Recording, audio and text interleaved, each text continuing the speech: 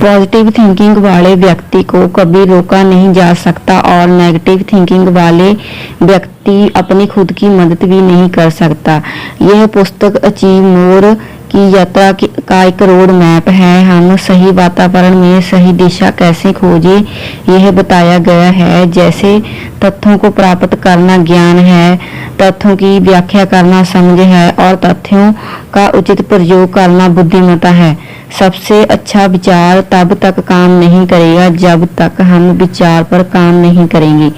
सफलता केवल विशेष कौशल, औपचारिक शिक्षा या सर्वश्रेष्ठता पर निर्भर नहीं करती। सफलता ना ही चमत्कार और ना ही रहस्य पर है। यह परिणाम है जब आप अपने उद्देश्यों पर लगातार काम करते हैं। सफलता का अंतिम लक्ष्य खुशी हासिल करना है, पर क्या सच में हमें सफलता के बाद ही खुशी मिलती है? आइए इस पुस्तक के जरिए हम जानते हैं कि सफलता और असफलता दोनों का सीमित जीवन काल होता है। सफलता हमें बिना किसी तैयारी के हासिल नहीं होती।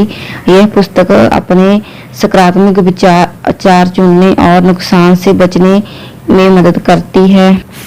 आशावादी और निराशावादी।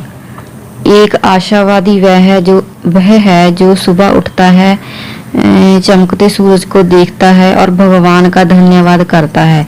दूसरी ओर निराशावादी वह है जो कभी सुबह नहीं उठता, ना ही सूरज को देखता है और ना ही भगवान का धन्यवाद करता है और सोता ही रहता है। सकारात्मक लोग न केवल अपने दृष्टिकोण को सुदृढ़ करते हैं बल्कि उसकी रक्षा भी करते हैं। आप अपने आप से पूछें, क्या वह वास्तव में एक स्वतंत्र दुनिया में रहते हैं? क्या हम जीवन में सब कुछ चुनने के लिए स्वतंत्र है? जवाब है बिल्कुल नहीं। वास्तव में हमारे जीवन के कुछ सबसे महत्वपूर्ण चीजें हमारे नियंत्रण से परे हैं। जैसे क्या हम चुन सकते हैं कि हम कहाँ पैदा होना है? बिल्कुल नहीं। क्या हम अपने माता पिता चुन सकते हैं? शायद नहीं। क्या हम अपने भाई बहन चुन सकते हैं? क्या हमें अपने पड़ोसियों और देश को चुना है? हम अपने कपड़ों का रंग, अपनी कार का रंग चुन सकते हैं? क्या हम अपनी त्वचा का रंग चुन सकते हैं? बिल्कुल भी नहीं। परंतु हम इस दुनिया में अच्छे बुरे का चुनाव कर सकते हैं, जो हमें करना चाहिए। जब लोग सही सोचते हैं तो चीजें अपने आप ठीक होने लगती है। जिंदगी बहुत मजेदार है। जब तक हम जीवित रहते हैं हम जीवन कैसे जीना है सीखते रहते हैं। जीवन हमें लगातार विभिन्न परिस्थितियों में सिखाता है और परखता है। अकेले बैंक बैलेंस और भौतिक संपत्ति से अच्छा जीवन नहीं मापा जा सकता। यह जीवन के प्रति हमारे दृष्टिकोण से मापा जाता है। जीवन तभी सार्थक बनता है जब हम अपने जीवन की योजना बनाते हैं। हम अपने जीवन में जो कार्य दूसरों को देखकर करते हैं वह परिणाम हमें मिलते हैं। यदि हम अपने जीवन में कुछ विभिन्न परिणाम चाहते हैं तो हमें या तो अलग चीजें करने की जरूरत है या चीजों को अलग तरीके से करने की जरूरत है। जैसे हम अपना जीवन बिता रहे हैं उसे अलग तरीके से जीने की जरूरत है। जैसे हम जीवन में फैसले लेते हैं हमें अलग तरीके से फैसले लेने की जरूरत है। सही फैसले लेने के लिए अनुशासन जरूरी है। जीतने के लिए सबसे महत्वपूर्ण अवधारणाओं में यह आत्म अनुशासन है। आत्म अनुशासन वह नींव है जिस पर आप अपनी जीत का निर्माण कर सकते हैं। जीवन में केवल दो तरह के दर्द होते हैं, एक है अनुशासन का दर्द और दूसरा है अफसोस की पीड़ा।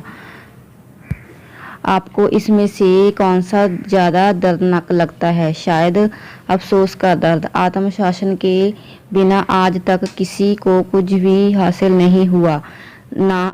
क्या आपको लगता है कि आप कड़े अनुशासन के बिना किसी काम में सफल हो सकते हैं? बिल्कुल नहीं।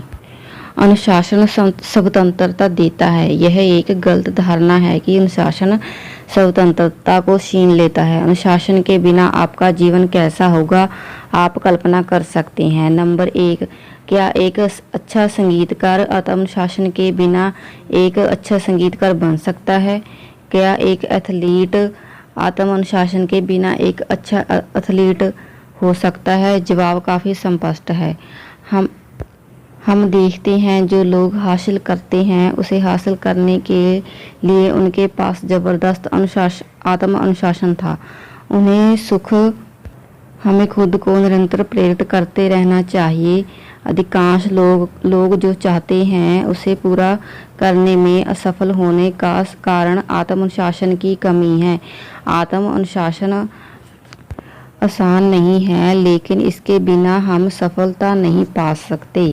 जुनून क्या है? जुनून एक मजबूत भावना है। भावना एक ऊर्जा है। अगर हमें कुछ हासिल करने का या पाने की ज़रूरत है तो हमें स्पष्ट रूप से एक केंद्र बिंदु होना चाहिए और सभी के साथ मिलकर चलना चाहिए। हम जो कुछ भी करते हैं उससे हम दिल लगाकर काम करना चाहिए ताकि हमें नए अवसर मिल सके। लोग कहते हैं अगर मेरे पास अच्छा काम होता तो मैं दिल लगाकर काम करता। यह एक भ्रम है कि काम अच्छा होता है तो दिल लगाया जा सकता है। अगर आप काम दिल लगाकर करेंगे तो काम अच्छा होगा। इसलिए लोग आधे दिन की नौकरी करते हैं और पूरे दिन का वेतन इकट्ठा करते हैं। जीत की राह आसान नहीं होती। विजेता अपने दिमाग को लगातार सही काम करने के लिए प्रेरित करते रहते हैं।